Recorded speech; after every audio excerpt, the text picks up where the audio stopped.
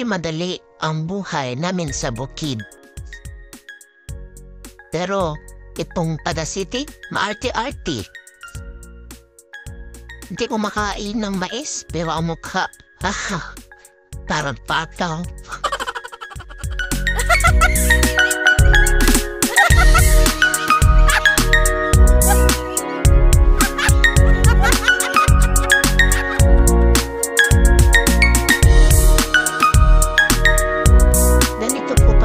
Magsasapa ng niyog, talagang isa-isahin ang pag-aakit ng bawat puno ng niyog kasi hindi naman po tulad sa ibang lugar na kayang sungkitin yung kahit ang taas ng niyog ay kayang sungkitin yung bunga.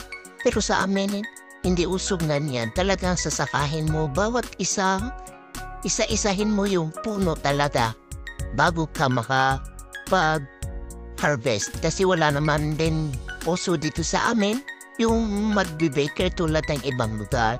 So dito talagang kuprahan talaga yung niyog po dito.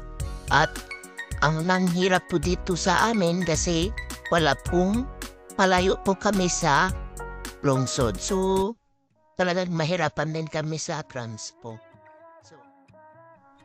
So syempre hindi naman mawawala yung magbuko salad, diba?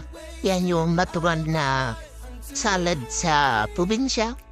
Kuha ka lang ng buko at yan, libre na ang kain. So, yan po ay isa sa pinaka-paborito kong pagkain patakway na uwi sa probinsya.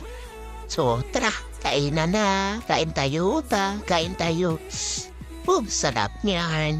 Sarap yan. Sarap yan.